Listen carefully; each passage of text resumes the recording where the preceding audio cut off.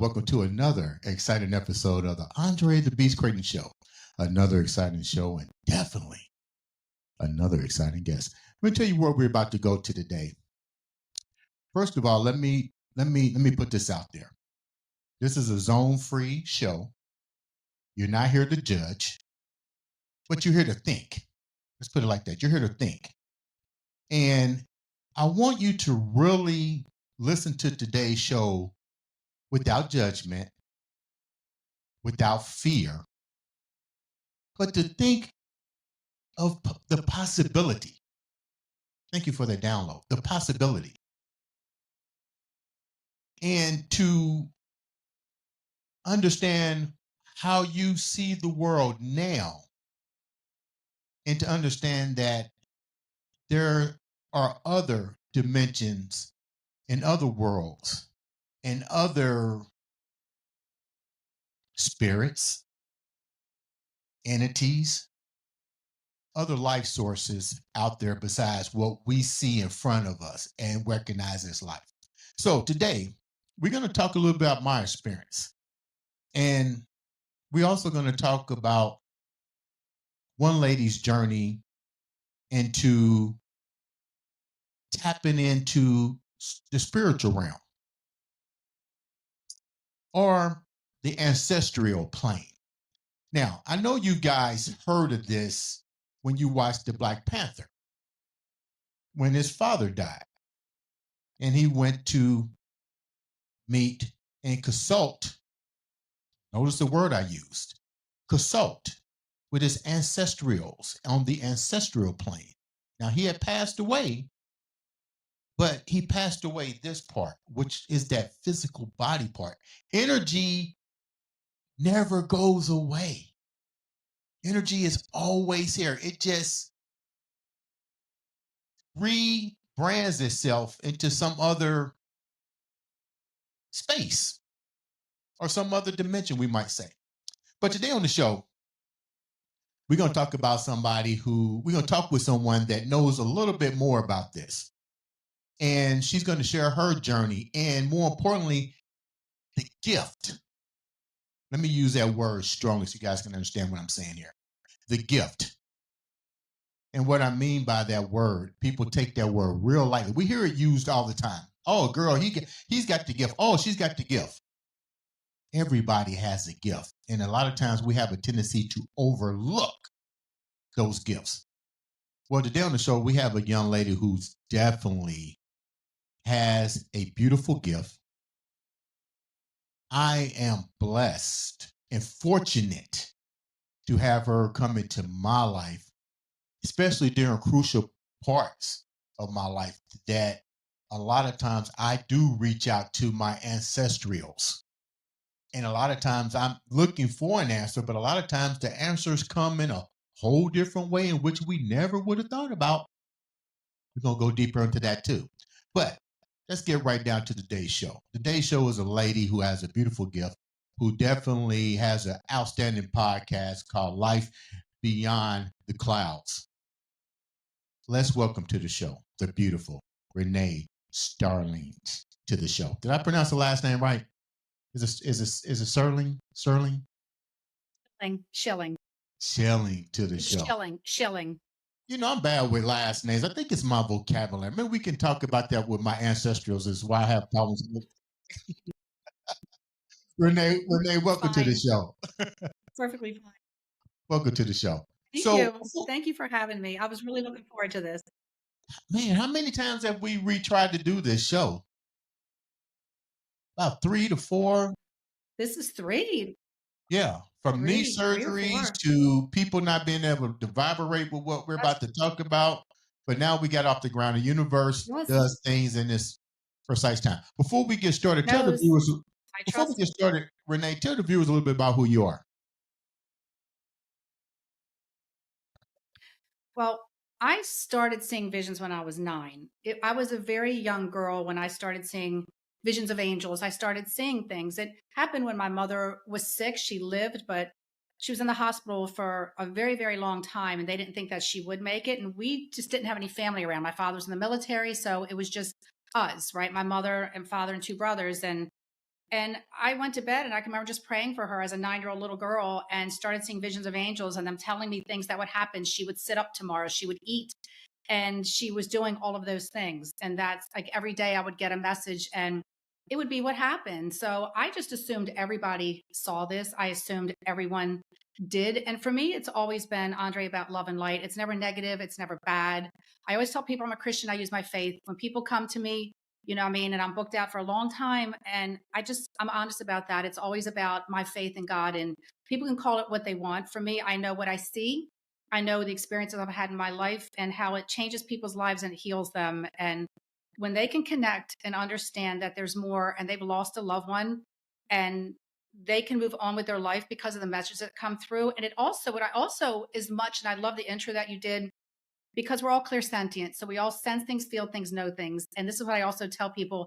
How many times do we say, I thought that would happen. I knew they would call me. I shouldn't have gone. And that's all your higher self. We all are connected to heaven at all times. We're all receiving messages, but we call it a gut feeling or coincidence.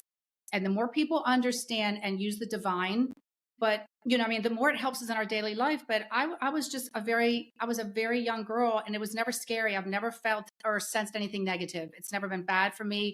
You know, it's never been like that for me. It's always given people hope and it helps people to understand that when you leave this physical earth, you go back to where you came from. We say life after life, but there's life before life. We came from somewhere, we go back there. You know, and I'm Catholic. I've talked to my priest about this. It's not like I'm, you know, out there or this is out in left field. The churches have always believed in these things. They've just kind of, you know, I mean, not discussed it, but they discuss it more. And we're in a time and space in life where people need this, they want this.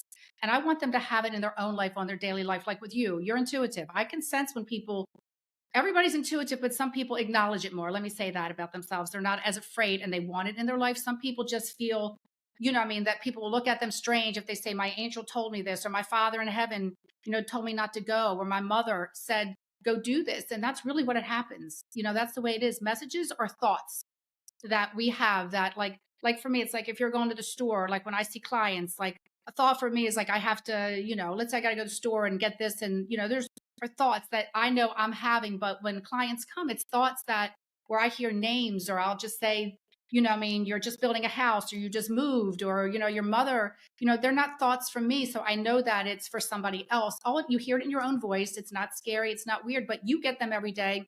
And so does every single person that's going to listen to this. And I want them to be more open to understanding because the more you do, it changes your life in ways that you cannot imagine in a good way. And you know what's so funny, Renee, about this whole Hmm. scenario of the afterlife and Hmm. communicating with loved ones and lost ones and ancestral passing. Hmm. People have known about this for years. The churches have known about it. You've even had people like Harry Houdini who was obsessed with it and tried to contact his mother through channeling, so to Yeah. speak. Um, but you said something that was pretty profound. At the age of 9, you start seeing what appeared to be, or what in your terminology, let's call it your Hmm. terminology, you saw angels. How did you know they were angels? Like what what kind of experience was that like for you? Was it Okay. a beam of light? Was it telepathic? Like what, and why weren't you afraid? Okay, so because when they come to you, or when I saw them, yes, they were beings of light. I could see them, but I could also see through them. And I would walk through these beautiful gardens with them. They would take me into these beautiful paths where I would walk, but my feet weren't even on the ground. So I was walking, right? And they were just these beings of light that when they come to you, Andre, it's a sense of peace that it goes beyond the veil. It goes beyond what this world is. And when they come to you, you're never afraid. Even when you see your loved ones, when we all have dreams, right? They come to us a lot, and like when we dream, because we quiet the mind down long enough that they can communicate with us. During the day, they're competing with cell phones and computers and people talking and driving, so much noise. Their energy, we're energy, and they're competing with more energy. So that's why for me, I'm very big on the dream state. I get messages all the time when I'm awake, but my personal messages a lot come to me when I'm dreaming because I'm dealing with everybody else's, you know, during the day with clients. So Renee, when I watched the movie The Shack, Yes. and this is one of the parts that I think people have a difficult time trying to grasp their hands around, that the judgment day, that everybody's going to be judged. We call it a review of life. And I had the pleasure of meeting Paul Young, the author of the movie The Shack. And a part of that movie really touched what we're getting ready to talk about, the judgment and the life review. And I think this is what people on this dimension, we have a tendency to have this fear factor that we're going either one or two places. Thank you for the download. You're going to heaven or you're going to hell. And I tell people there's no such thing as hell, but there is a such thing as eternal bliss, which means that we wrote the script to our lives. They're lessons, no matter how ugly they may be. I'll use myself later in the story for what I went through, and I had to learn forgiveness at a very young age for what had happened with me, with my mom, which you know. And that's hard for a child, because I don't really know what forgiveness is, but I had to evolve in it. But let's go back to my question. Let's go back to my question for you. You deal with the beyond the clouds. You see people that come to you that be like, I hope that son of a bitch rots in hell. I hope that thing. But the biggest handicap we have as a person in the shell is we judge people. And in the other realm, that doesn't happen during the life review.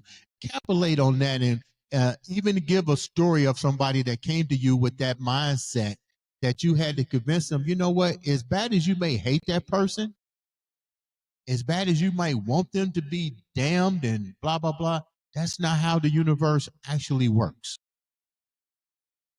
No, and that's one of the big things. I can remember actually having a lady come to me, and she had lost her mother. And as soon as she sat down, I said, "Your mother's here." I said, "And she wants you to know she's sorry." It was the first thing I said. I usually talk to people for a couple minutes just to let them relax and breathe, because I want them to absorb everything they're getting, because they're nervous and excited. And I just said, "Your mother wants you to know she's sorry." And I thought she was going to walk out. And her eyes got very big, and she got very almost like angry. I could tell she was getting mad. And she said, "I don't want her to be here, and I don't want her to be sorry." She said, "Because I don't want to forgive her." And I said, "Do you understand that's exactly why you are here?" I said, "Because do you understand what she experienced? You know what I mean? That she is no longer that person." And I had to really talk her through that for about, I'm going to say, a good 25 minutes to explain to her how that her life was difficult, and that what she took on, it wasn't who she is. Do you understand? When we go back to heaven, we go back to being perfect light. You know what I mean? Like I keep saying, this is a role, this is a play, this is where we learn, this is where we grow. We're supposed to help other people. And it's not always easy. It's not. It's hard down here. It's a dense energy. It's not like heaven. You know what I mean? But with all of that, it's amazing. It's such an amazing choice when we choose to come here, when we come, right? We come here to bring our light. But after about 20 minutes, then she understood. And I said, "Do you understand? She's sorry." And I said, "In order for you to grow, you've got to learn to try to forgive her, because it's holding you back, and she doesn't want you to do that, because your hatred for her is keeping you from moving forward. And she's no longer that person." Then I explained to her, you know what I mean? Was there the ring I said that you have in her box? I said, "You do have her ring." And I said, "It's in a box in your top drawer, and you took it out right before you came here to look at it, because you honestly did want to know if she was coming." You know what I mean? Even though you didn't want to see her. Then her eyes got very big, and she started to cry. And she said, "I have my mother's ring in a box in my top drawer. And I actually did take it out and hold it, and wondered if she would come through." And then at the end, she thanked me. She said, "Because I feel like I can finally let it go. I can finally start to heal now, and to live my life." So it's incredible. Renee, let me ask you a question. Thank you for that analogy. But let me ask you a question, because I was talking about the movie The Shack, and I love that movie. I tell It's a Paul great all the movie. time. That was such a great movie. It took me a while Yeah. to register it, but you just capitalize on something. That's go back to that part of the movie, because it seemed like the same thing that happened when his father beat him and did what he did to him. Was his father able to move on, or he couldn't move on until his son was able to forgive him? I'm glad you brought that up, because it puzzled me. he released the guy that did that to his daughter. But if you remember the movie, when he saw that light coming at him, and it was his father. Yes. Did his father? Let me You understand? take you for the down low. Is there a waiting hold for people who did these things? Do they have to sit there like a waiting room for somebody that they did the drama to let them go to the next to allow their energy to go? I love this question, and I can actually give you a scenario in my life how I can tell you what was interesting for me. But yes, like God said, in my kingdom, there's many mansions. So the way I look at your life is according to how you live your life. Like, let's say you were like that movie was an amazing movie. I've seen it many, many times. But how you, when you have really physically intentionally hurt someone and you beat them, you hurt them, you break them down, it's like going to a 5-star, let's say like a 5-star resort hotel, or going to a 1-star. So people that have lived their life, and we're going to all make mistakes. There's nobody that didn't say or hurt or do something here, but the intent is different. So it's like this: if you lived your life and you try to be the best person you can, you know what I mean, and help people when you can, of course, making mistakes in between, you're going to go and be able to travel anywhere and go see anyone in heaven and go visit your family and help them. But if you were someone that was cruel and, you know what I mean, beat someone, or, you know what I mean, just cheated on people and lied and just did things that, you know, you hurt people, then the place that I was shown one time in a visitation in a dream, and it stuck with me. It's where I was there and I was walking down the street and everything looked brown and dead, and the buildings, like no one lived there. There was no life form, you know, nothing really existed. So what happens is you will go in those places, like you will go in these almost like way stations for a while, but the soul does grow. And when you're there, your angels can still come visit you, but you just don't have the ability to go and see everything in all its glory until you spend whatever time God, you know what I mean, thinks that it was enough, or when you're heartily sorry. It always matters what the heart says, or you cry out and ask. So the reason I want to go back to something, how I know this is, this was years and years ago. Like I said, I didn't really know my mother's parents. I had this dream where I was in heaven and I was walking and I could look over to the left and I could see water and Ferris wheel and tents and hear music. And then all of a sudden I'm walking, I'm looking down, and I stepped over these ropes with these stakes, and I stepped over it and I could see a big canvas tent. And in visitations, you'll never forget. It can be 40 years, you'll remember it in detail. I looked down and I saw this woman and I could see her shoes, and I saw this beautiful burnt out orange dress. And I saw this most beautiful woman that was 30 years old. And I said, "Grandma, how are you?" And she said, "I'm good." And I said, "What do you do in heaven?" And she said, "You do anything you want to. I go dancing all the time." She said, "Tell Gina I love her. Tell her I love them all. And Gina's my mother." And I said, "How's Grandpa?" She said, "He's good. We're not together here." She said, "He still has a lot of growing to do. I only visit him." Then she said, "Tell Gina I love her. Tell her I love them all. My mother's one of 11." And I just woke up and it was so real. And I called my mother and she said, "Oh my gosh, today was my mother's birthday." And then, you know what I mean? And so what I knew to believe from that was a higher soul can visit a lower soul in heaven, but the low souls cannot go up and have complete freedom, right? Until they have learned lessons. So they're not going to always go to the most beautiful place. It's not like they're going to hell and they've got things grabbing at their legs, but they're going to go to a place, like I said, what I saw, where the trees were brown and things weren't beautiful, as opposed to when I've seen the other visions of heaven and it's beyond what you can even describe. So that's what I feel is, if you've lived your life, you have to learn and understand what you did. It's like a parent with a child, right? You'll say, "Go to your room for half an hour," or you give them your cell phone, right? So you have to understand what you did. And then once you do, it's like, okay, go ahead and go. And that's that's the best way I can describe that. So it's not a purgatory, but but I guess to sum this up, do they still need the forgiveness of the individuals that they did the action upon? It helps them. It helps them to get out of where they are. So that's what I always say to people: pray for people, even if they hurt you. I still pray for them. I pray for everybody, even in heaven, even though I know they're good, because every prayer is received. So yes, because when you forgive someone that hurt you, it does help that soul in heaven to be able to move forward sooner. It's a big deal.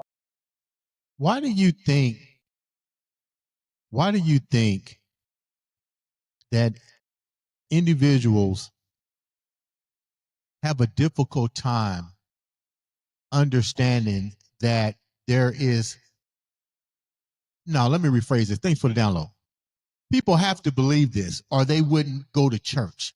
People have to believe that there is a better place, just as so if they believe there's a hell. But why do you think that people have a hard time believing. If you can believe that, then why can't you believe that you can talk to the ancestrals, your loved ones?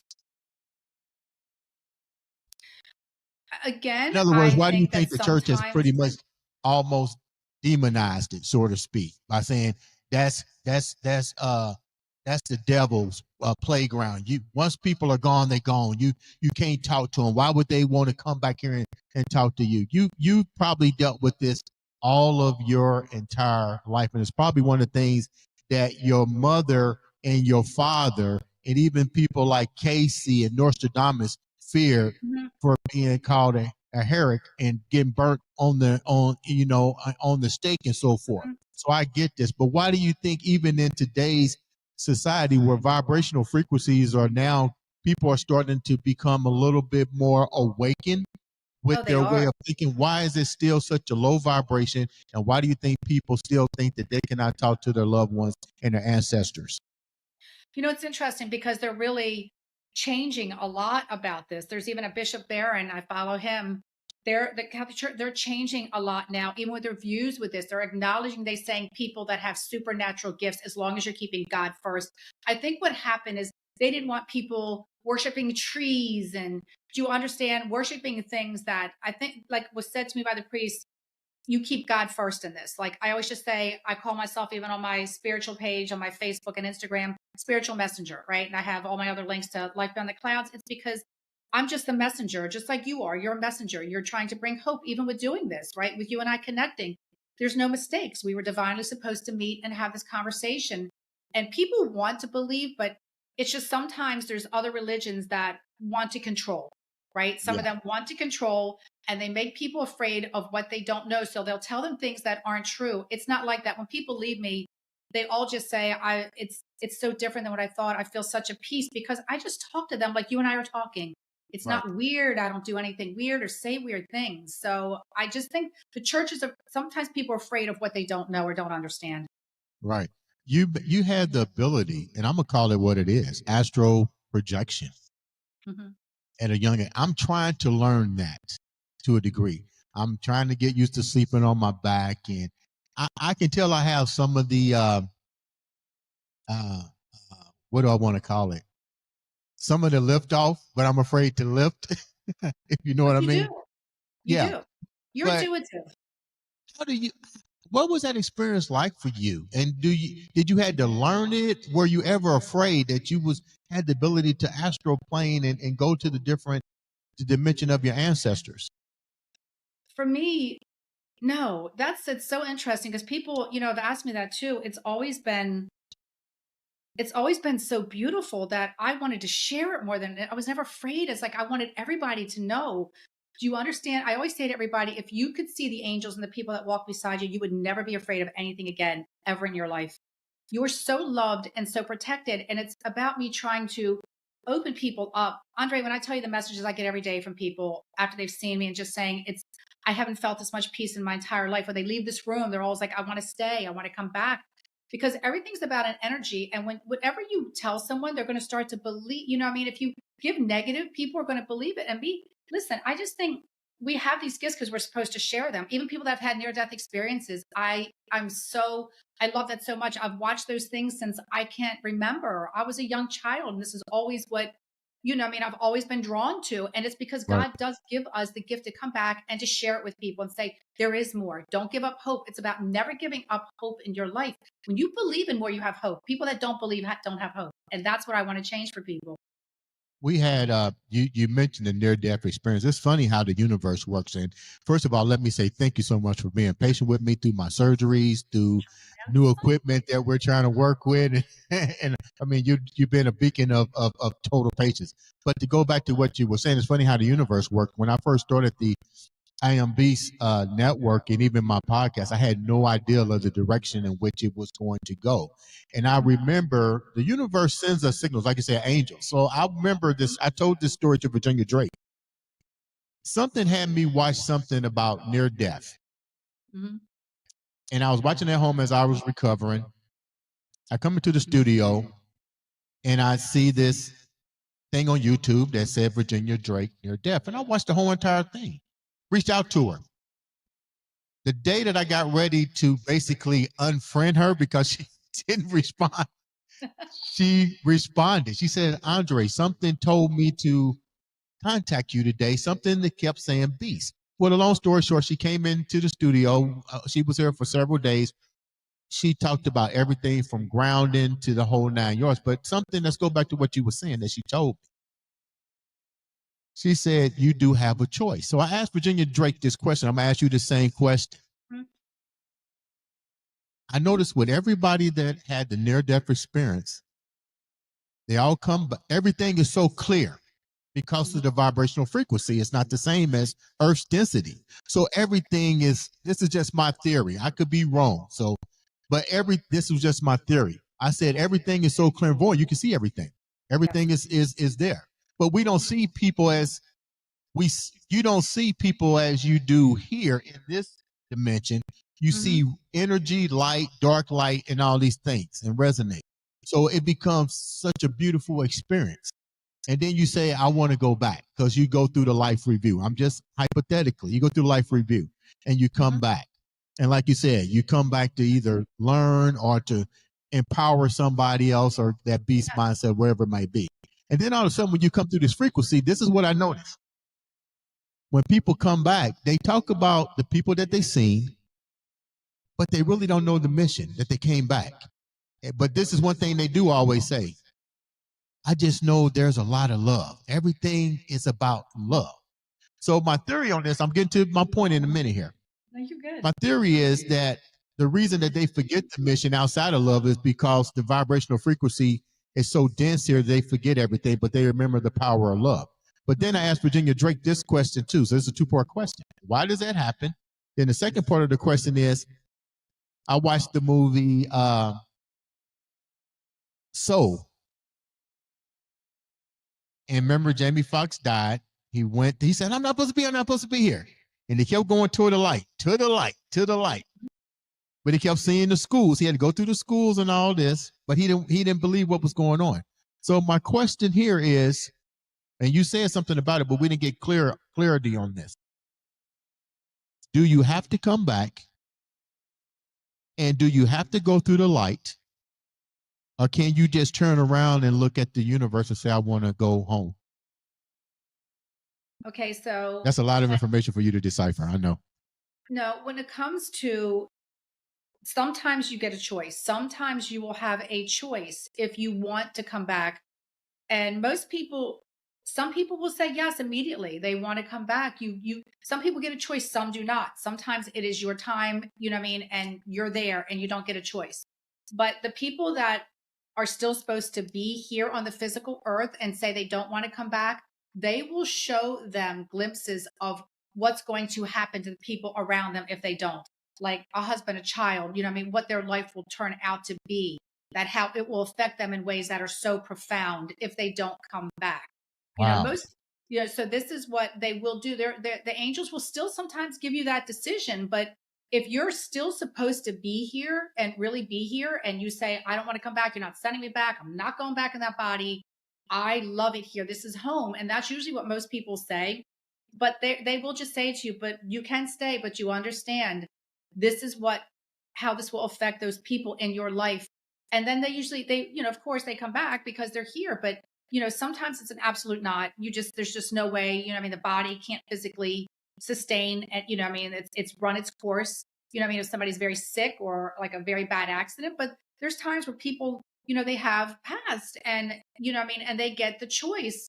Or sometimes they go there and they don't get to go all the way through. A lot of times people will want to go all the way through. A loved one will meet them, a grandmother, grandfather, a parent, but they'll want to go through the gate. They'll want to go through. And then they can't even go any farther because once they cross that threshold, they can't come back. So their relatives will say to them, you can't go any farther. And they'll see the beauty and they'll want to go, but they won't let them pass through because there is that threshold that, do you understand? Once you pass through it, you cannot come back. You know what I mean? So your guides and your loved ones will guide you and say, listen, you know what I mean? I'm here with you. We love you. We're always here. You know what I mean? And they just always will say how brutally painful it is to go back into the body. It's like a baby being born, why they cry, because it's a painful experience to have to come from that place and get shoved back into that, you know what I mean? into something that's cold and damp, when you're over there and you're free and you can see the entire universe all at once. But sometimes you get the decision and sometimes you just, it's an absolute, what I mean, you cannot stay. You mentioned something that I find very interesting. And I just heard about this the other day. Mhm. And let's talk about the time portals. What you said, if you don't come back, then this effect can change the timeline. Now I Yes. heard something that was really crazy. They said the assassination of John F. Kennedy did not take place in 1963. It took place in 1968. But because it was it the way that it played out was so catastrophic that it changed the timeline, that they had to go back and redo something with the timeline. A lot of people would think that's crazy to even think about. But remember what I said earlier. Hollywood tells you everything that's going on, no matter how crazy things may turn out. But the effects was that what they said was he died in 1968, but the timeline got messed up. They had to turn it back to 1963, which put in another change of events, such as the Martin Luther King and all the other categories. What's your take on that? Because this is the first time I heard somebody outside of what I heard say something like that. That you not coming back could change the future, and then you staying can also change the future. What's your take on that? Well, the one thing I can speak to, but that other, I have never heard that. And I'm going to be honest, I would not know how, what I mean, I would not know how to answer that in an honest way where I would feel like it would be any. I've never heard that. So I wouldn't be familiar with that. I'm not saying that those things Right, aren't possible because time really doesn't exist except in our minds. right. Time never stops. It keeps going. When you sleep, it keeps going. I think time is one of the most amazing things when we do talk about time. So I like, hearing about this. I'm probably gonna be one of those. I have to research everything. Like I'll be, Googling that later because I think it's fascinating because that's how I am when it comes to this. But you think about time and it doesn't exist. It keeps going. No matter what you do, it heals us. It shows us everything. I mean, time is in heaven, it doesn't exist, but we live our life based on it here. Everything we do is based on time, how much time we spend. Yeah, So I think it's fascinating. It's something, yeah. I mean, I'll have to get back with you on that and I'll have to reach out to you, but I'm going to, look into that. But I think, listen, I'm not going to discredit anything. If Renee, someone knows something, I am not going to give yeah. an opinion or discredit it. Renee, you know how like we talked about the universe, and Mhm. and it was funny. My nephew Tristan was watching. We're big Marvel fans, so he was like, "Uncle," he said, "Have you ever watched Loki?" Well, Loki's not one of my favorite superheroes, so I'm not gonna really gravitate to watching Loki. He's a misfit, a miss of God, always throwing pranks and all that. So something Uh-huh. told me. It's funny when you talked about the angels. Yeah. Something said, "Sit down and watch this." It was mind boggling. It was like a Rubik's cube. It went from the timelines to, like you just talked about, there is no time, because he died and they showed his Mhm. whole life review. It was the most scariest thing, but it also showed what would happen in different dimensions. And then it led to the other movie, um, the quantum world. Mhm.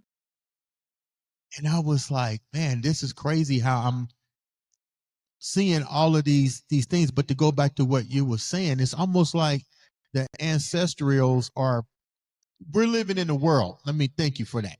We're living in a world now where people are becoming so much enlightened with what's going on. How much of the ancestors and the passing of our loved ones is affecting this and opening up our minds to think on a bigger scale? Well, I really believe what I'm seeing and what I know to be true is that I think the veil is being lifted more than it ever has been on the physical earth, that people are communicating more with their loved ones on a daily basis and they just don't realize it, that they're showing us more. We're all receiving downloads from heaven. I always say we're always getting memos from the head office all day long. We're like a computer, we're getting downloads. They're telling us to go here, look, and do this, all day long. we're being shown, and we're becoming more intuitive because we need it right now more than ever, right? Because the world's so chaotic. We're so caught up, in cell phones and not getting off social media that we have forgotten who we are. So they're going through it and helping all of us. And I really just I love talking about this and helping people so much. And like this conversation with you, you're very enlightened. And the reason these things are finding you, as I'm listening to you saying, all of a sudden I found this and this came, it's because you're very open right now. You're very open. The divine universe knows this. Your loved ones are helping you. Your mother's helping you. And you understand they're showing you these downloads because you're asking for it. You have to look at your energy like this. If you call someone, they pick up the phone and they answer, right? That's what we want.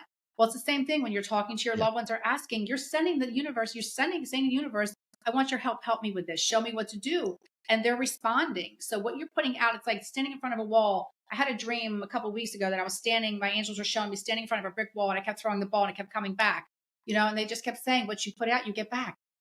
So whatever it is you're putting out, whether it's good or bad, you're getting it back. And you're putting out that they know that you're open to this, that you're intuitive. That's why even speaking with the man that, wrote The Shack. And I also love the movie Heaven is for Real. If you've ever seen that one, it's incredible with Greg Kinnear. It's Yeah. based on a real book that I read years ago, true story. It's just incredible how it's such a beautiful thing. If people would understand, why would you not want help from heaven? We have an invisible football team. Why would you not want to get help? If you have it, God gave us all a divine spiritual team for a reason, because he knew we would need it down here. Why would you not want their help? That's always my question to people. When they say, how do you Renee, believe? How do you not believe? Yeah. thank you so much for being patient. I look forward This to doing this again with you. I do. I look forward. yeah, I would love to be on your podcast. Do you talk to people about their, because I didn't get deep, because I could have told you when my mom died, she came to me numerous times and I was afraid. I would see her come through the window, but I couldn't see her face. I would just Yes, see I have. I'll have you. I would love. I'll get something set up. I'd love to have you on there, because when I do that, I actually give people the session when they come on.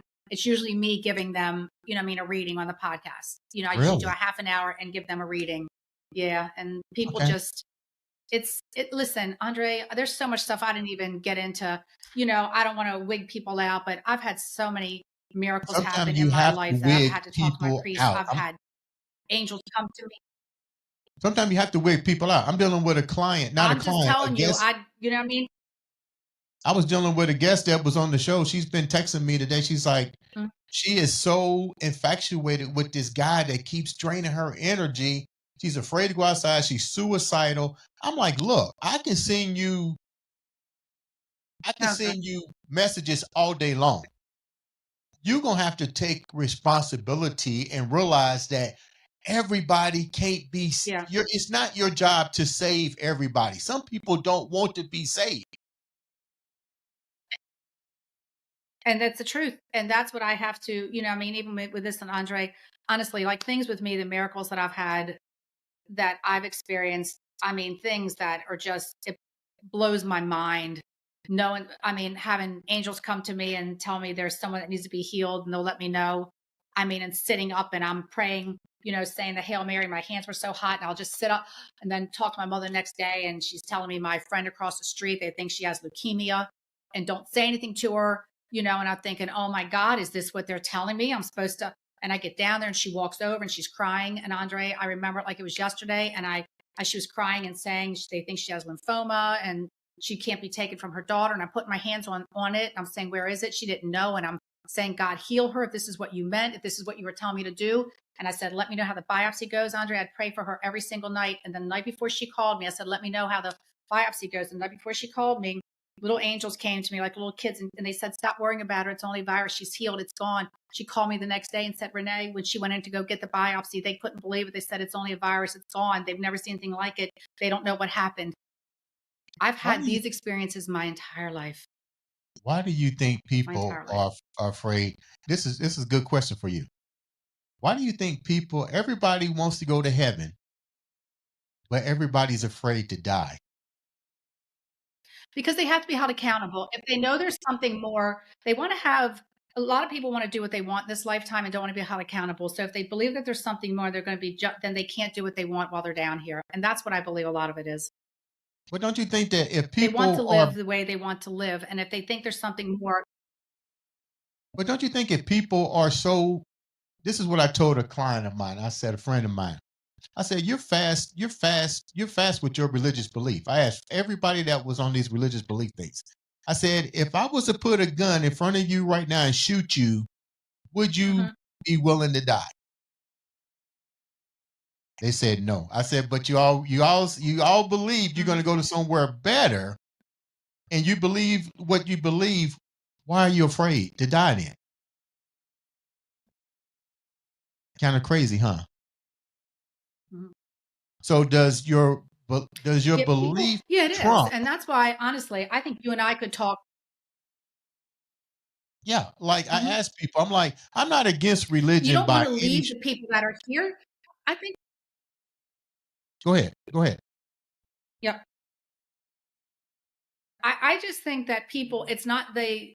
Sometimes it's just they don't want to leave. They love the people here, like they love their life here, and they love the people here, and they don't want to leave them, right? But when people are sick, when they leave the physical earth, they're already seeing heaven. I've been in the room with many people, and they're already seeing the veils lifted. With my father, my father was seeing his father standing next to me, and talking to him, seeing right through me as if I wasn't there. So, I mean, that's a gift when you get to see that, when you get to experience that. People are afraid. A lot of people are afraid. They don't know, maybe they didn't live a good enough life. All of a sudden they're trying to play catch up. Fear is like the fear itself. And that's why I want to change. I'm not trying to change people. I don't want to say it like that. I'm trying to open people up or give them another way. Look, I have so many people that religious people or certain religions, and they'll put little devil horns and say, stay away from people like this. And I think, oh my God, they don't realize how much that hurts. And I think, have you ever sat with a mother that just lost her child and gave her messages, and she doesn't want to kill herself anymore because of the messages you gave? Don't judge me. You're the ones that judge. That's what really bothers me, is when people judge, because I'm thinking, you've never been in a room with me and seen the people leave and want to live again because of the message that they received. You ask me, I always say, is that bad? Is that a bad thing? Mm. I don't like it. I don't judge other people's religions, and I don't want them to judge me. And judging is a bad thing. It's a bad thing. It Have is. you ever had moments where But I somebody? enjoyed this so much, and I don't think our journey's over. I know we're going to be speaking again. I'm gonna ask you one more question too before I let you go. Have you ever been in a situation to where someone had that belief and judged you and everything under the sun, then they reached out to you to, they retract what they thought that they said? Yes. Yes. Yes. Yes. I had a lady do that, and she'd lost her son. And when I gave her the messages from her son, she could not believe it or deny it anymore. Yes. And How she did it change apologized. her? Did it Yes. change her in any way? Mhm. Yep. It, I'm not here to convince the whole world, right? Your belief, but my gosh, I'm here, what I mean, to want to help heal people's hearts and to give them more and to let them know that there's more. And once you know it, you can't unknow it. Once you see it and have experienced, you can't unexperience it. People want more. It's very mm. healing. It is very healing. I have psychiatrists come to me a lot, and they always say, Renee, I heal the mind, but you heal the soul. I can't do what you do. I can't reach people in that way. Why would a psychiatrist come to you? So That's it's interesting. what I mean, it's I have a lot. A lot of people come to me. A lot. A lot. So Renee, what Yes. have been some of the most difficult parts of your journey with trying to elevate people's way of thinking on trying to contact their ancestors or their loved ones? What has been three difficult parts of this journey for you? I think what I always say to people when they ask me how to communicate or to reach out, if they message me a week later and say, I tried and it didn't work, I always just say, with anything, you have to be patient. We're on divine time, not ours. So the biggest thing is telling people to be patient when they want to start going on this journey and they want to, start being more connected, is you have to give it time and you have to trust. You have to be open to the messages and pay attention. It's not going to be, do you understand? They're going to be subtle sometimes. So you have to, it's teaching them to be patient and not to give up and understand the messages do come. Mhm. And I think for me also too is understanding I can't reach everybody all the time. When I get 20 messages a day, can I, when people are in need, that I want to be able to get to everyone. And I have to understand that I can't get to everybody right away. And Mhm. that's one of the hardest things for me, is because I want to help everybody. and that I have to understand that I need to take more time a little bit. Right. That's probably one of my biggest struggles, Mhm. and I think just for me, it's just understanding that it's not for me to convince people. You know what I mean? It's to Right. help them to understand on their own life and understand they don't need people like me all the time. Sounds crazy to say that, but I want people to understand who they are and to start asking for themselves. Before we wrap up, you share a lot of stuff with me, and I always tell people I like to bring myself into the person's journey because we Hmm. all connected some kind of way, vibrational. We come from a creator. We all know each other to some degree. You share with me Yes. things from my mother and my journey here that was really profound. A little bit about the story. My mom was murdered by her uh, husband at the time. I grew up without her. I That was a very difficult loss for me. That was my best friend. I dealt with Yeah. a lot of remorse behind that. But when you came into my life, you shared a lot of things that I thought was really, really kind of crazy because you mentioned that some of my guardian angels happened to be my grandfather. And I was like, I remember telling you this precise. I said, there's no fucking Hmm. way. Because neither one of my grandfathers ever were close to me, as a kid. You know what I mean? And you was like, Andre, that Hmm. may be true now, but in a different realm, you guys were like Yeah. best friends, and I couldn't grasp that. I could grasp a lot of things that you share with me about my mother and what you just shared with me that I should do. I think, is it a documentary or something like Screenplay. that? Tell me some of the things Yes. so people can I see you I doing don't that. mind being open. Share with the viewer some of the things that you got from the downloads from my ancestors to give to me before we wrap up. Well, that's what I just kept. I just feel like your mother wants you to do this because it's so, but you still want to honor her and she knows how much you miss her. And that when you're going to do this screenplay and this writing, that it's to honor her. She kept saying that how much she loves you. Because I kept seeing you being a 9 or 10-year-old boy when this happened, that it Hmm. was such an influential time in your life. And that you writing this is about you still honoring her and keeping her memory alive because it's so important for you that she's never forgotten. And this is what she keeps saying is how proud she is. And she's the one that's actually guiding you to put pen to paper. And she's bringing the people into your life that are going to help you to do this. She just keeps saying like she's, the one that is still guiding you to do this. And this was very important for me to pass on to you. And I just know that you were very shocked because you said nobody knew this. Nobody knew, what I mean, that you were going to do this. And it's their way of just always saying, I'm the one that's helping you. I'm guiding you. They never leave us, not like that. Yes, in the physical, but not in the spiritual. And she just loves how much that you still love and that you still honor her.